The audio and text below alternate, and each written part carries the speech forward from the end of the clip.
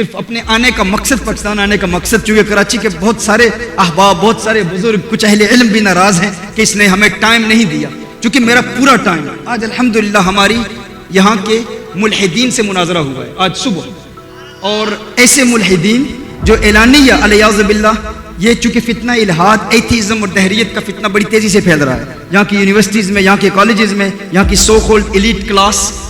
آج ہمارے بچے، یہ بات میں نے 2019 میں ایک آرٹیکل کی صورت میں یہاں پر بیان کی تھی، علماء کی بارگاہ میں ریکویسٹ کی تھی کہ ہمیں، اب ایک دور تھا کہ لوگ مفتیان کرام سے وراثت کے مسئلے پوچھا کرتے تھے، ایک دور تھا کہ لوگ نکاح طلاق کے مسائل پوچھا کرتے تھے، زکوٰۃ کے مسائل پوچھا کرتے تھے. آج ہمارے بچے یہ سوال نہیں پوچھتے، آج وہ پوچھتے ہیں کہ نبی کریم صلی اللہ علیہ وسلم نے سیدتنا عائشہ رضی اللہ تعالی عنہا کے ساتھ 6 سال کی عمر میں نکاح کیوں کیا اور پھر رخصتی 9 سال کی عمر میں کیوں ہوئی.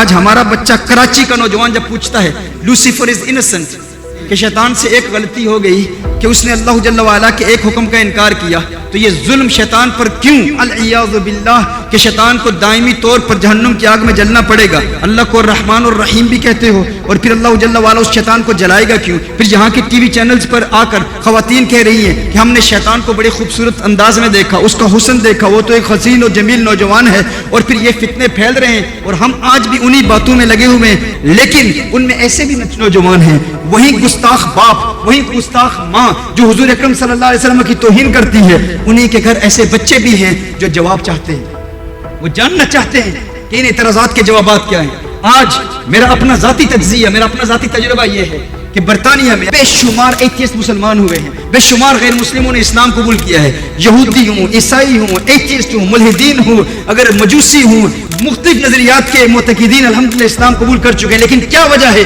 کہ پاکستان میں ایتھیزم کا فتنہ اتنی تیزی سے پھیل رہا ہے؟ پاکستان کا ملحد اسلام قبول نہیں کرتا، اس میں رعونت تکبر اس قدر ہے، وہ اسلام قبول نہیں کر رہا. اور یہ فتنے یہاں اسی شہر کراچی میں شیطان کی پوجا کی جا رہی ہے، سیکرٹ سوسائٹیز بنی ہوئی ہیں، الومناٹی، فری میسنری، سیٹنسٹ موومنٹس. یہاں کی یونیورسٹیز کے بچے، ابھی لاہور میں لمس یونیورسٹی، فرسٹ یونیورسٹیز کے اسٹوڈنٹس کے ساتھ میری نشستیں ہوئی ہیں اور ہم اپنے احباب سے بات کرتے ہیں. لیکن کل قیامت کے روز جب یہ بچے ہم سے پوچھیں گے کہ آپ نے ہمارے سوالوں کا جواب کیوں نہیں دیا، کیونکہ ان کے بچے ہمارے مولویوں سے رابطے میں نہیں ہیں، وہ ہماری مسجدوں میں نہیں آتے، وہ ہم سے سوالات نہیں کرتے، ان کا تعلق ایک مختلف طبقے سے ہے، وہ ہماری مساجد میں آتے ہی نہیں، نہ وہ علماء سے قریب ہیں کیونکہ ان کی تربیت کسی نے کی ہی نہیں. اگر یہاں سے اگر ہم جا کے برطانیہ کے انگریزوں کو دین کی دعوت دے رہے ہیں، ان کو اسلام کی طرف راغب کرنے کی کوشش کر رہے ہیں، ان کے اعتقادات اور ان کے نظریات کا رد کر رہے ہیں اور ان کے اعتراضات کے جوابات دے رہے ہیں، تو کیا پاکستانی مسلمان پر یہ فرض نہیں ہے کہ وہ اسلام پر کیے جانے والے اعتراضات کے جوابات سیکھے؟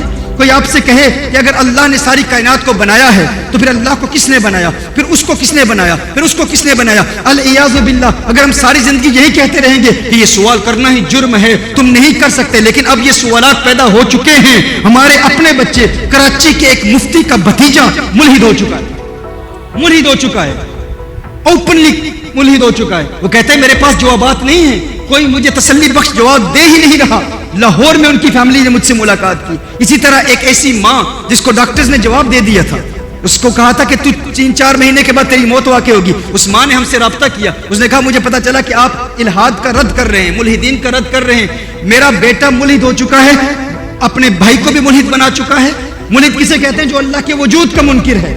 کہا بہن کو بھی ملحد بنا چکا ہے، باپ بھی اللہ کے خلاف کلام کر رہا ہے، لیکن معاشرے اپنی سوسائٹی کی ڈر کی وجہ سے اوپنلی اپنے آپ کو ایتھیسٹ نہیں کہہ رہا. لیکن اب میرا بچہ کہہ رہا ہے کہ ڈاکٹرز نے تو جواب دے دیا ہے، ماں تو ان قریب قبر میں ہوگی، لیکن میرا منتہا نظر، میرا مشن، میرا ہدف، میرا گول یہ ہے کہ تیرے قبر میں جانے سے پہلے تجھے بھی ملحد بناؤں گا.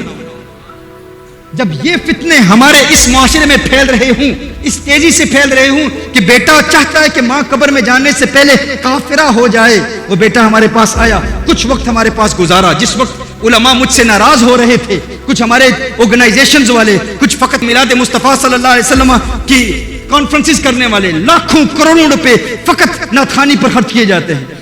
لیکن اگر کسی کو کہا جائے کہ کتابیں پبلش کرو، تمہاری نوجوان نسل برباد ہو رہی ہے، کسی کو کہا جائے کہ ہم نوجوان تیار کر رہے ہیں اس فیلڈ میں، اس باطل نظریات کے رد کے لیے، تو لوگ تیار نہیں ہوتے، چونکہ مزاج ہی نہیں بنا. ابھی لوگ ہم سے ناراض ہو رہے تھے. کہ آپ کانفرنسز اتنے لوگ منتظر ہیں, ہزاروں کی تعداد میں لوگ آپ کی کانفرنسز میں جمع ہوتے ہیں, لیکن آپ کانفرنسز کیوں نہیں دے رہے؟ میرے لیے ان کانفرنسز سے بہتر یہ ہے کہ ان 5-6 نوجوانوں کے پاس بیٹھ کے پورا دن ان کے سوالات کے جوابات دیں. آج الحمدللہ جو ہماری ڈیبیٹ ہوئی ہے, اتنی کامیاب ڈیبیٹ ہوئی ہے, اور اس کے لیے ہمیں بہت محنت کرنی پڑتی ہے. وہاں ہاتھ چومنے والے نہیں ہوتے, وہاں کوئی مجھے شیخ ثاقب شامی نہیں کہتا, وہ مجھے ثاقب کہتے ہیں. وہ کہتے ہیں برادر ثاقب. اگر کوئی بہت عزت سے میرا نام لے تو برادر ثاقب کہتا ہے. وہ میرا بیک گراؤنڈ نہ دیکھیں, وہ کہیں کہ یار یہ دوستی اور محبت کے انداز میں ہمارے ساتھ بیٹھتا ہے, تاکہ انٹریکشن کا سلسلہ شروع ہو. ہم ان کے دروازوں پہ دستک دے کے ان کے پاس جاتے ہیں. اس میں جو ٹرو سیکرز ہیں, جو حقیقی جاننا چاہتے ہیں کہ دلائل کیا ہے, کہ ہمارے لیے ضروری نہیں ہے کہ ہم وہ دلائل سیکھیں. اب یہ ہے کہ اللہ کا وجود کا انکار, اب آقا صلی اللہ علیہ وسلم کی ذات کا انکار, آقا صلی اللہ علیہ وسلم پر انگشت تنقید اٹھانا, آقا صلی اللہ علیہ وسلم کی سیرت کے واقعات کو اٹھا کے نبی کریم صلی اللہ علیہ وسلم کو جادوگر کہنا اور جھوٹا کہنا, یہ فتنے ہمارے اس معاشرے میں پھیل رہے ہیں. ان کا مقابلہ یہ مجھ پر فرض نہیں ہے. میں برطانیہ میں کر رہا ہوں, امریکہ میں کر رہا ہوں, یورپ میں ہم کر رہے ہیں, پاکستان میں تو سال میں 1 مرتبہ آتا ہوں یا 2 مرتبہ آتا ہوں. لیکن پھر بھی اگر ہم یہاں پر گلیوں بازاروں میں جا کر, ان کی پارکوں میں جا کر, ان کے نوجوانوں سے ملاقات کر کے, ان کے گھروں میں جا کر, ایسا بھی ہوتا ہے, ایک مرتبہ ایسا بھی ہوا, ان کے ایک بہت بڑے گروپ نے مجھے لاہور میں بلایا, اپنا ایڈریس دیا, اور رات کے وقت رکشا پکڑ کے میں ان کے گھر میں گیا, دروازے پر دستک دی, پتہ چلا یہ ان کا گھر ہی نہیں ہے. بعد میں سوشل میڈیا پر انہوں نے یہ پیغام پھیلایا کہ دیکھو ہم نے اس کو بے وقوف بنایا. ایسا بھی ہوتا ہے, یعنی تمسخر اڑاتے ہیں. لیکن پھر بھی الحمدللہ ہم کہتے ہیں ان کانفرنسز سے زیادہ اہم ہمارے لیے ان کو وقت دینا ہے, ان کو وقت دینا ہے. یہ ہمارے لیے انتہائی اہم ہے. تو آپ ناراض نہ ہوں, لیکن اس کے باوجود اگر یہاں آپ کے پاس آئے ہیں تو کچھ تو محبت ہوگی نا آپ کے دلوں میں, کچھ تو پیار ہوگا. آپ کا پیار دیکھ کر الحمدللہ آپ کی بارگاہ میں حاضر آئے ہیں.